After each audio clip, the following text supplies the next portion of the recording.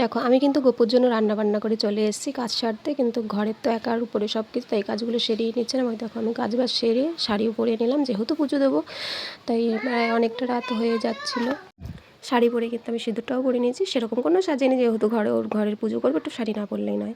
শাড়ি তো পরা ছেড়েই দিয়েছি, এখন শাড়ি পরতে ইচ্ছে হয় না, তো কী করবো, পুজো পাঠ করতে গেলে একটু শাড়ি তো না পরলে হয় না। তো এই দেখো আমি কিন্তু শাড়ি পরে চলে এসেছি মালা গাঁথতে, আর যেহেতু বাড়ির গাছের ফুল মালা গাঁথতে তো আমার খুবই ভালো লাগে, তাই সিংহাসন সাজিয়ে মালা করলাম আর ঠাকুরের জন্য।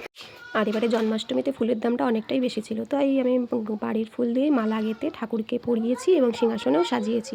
তো এই দেখো আমি কিন্তু আস্তে আস্তে করে সবই গুছিয়ে নিয়েছি, ফল ডালও কাটা হয়ে গেছে, আর এদিকে আমি পুজোও আরম্ভ করে দিয়েছি, আরতিও করে নিচ্ছিলাম। তো আমাদের প্রায় 8:30টার সময় পুজো করেছি, অনেকের পুজো আগের দিনও হয়েছে, কেউ করেছে, কিন্তু আমি উপোস মানে এখন আর থাকতে পারি না বলে তাই আমি একটু তাড়াতাড়ি মানে পরের দিন করেছিলাম।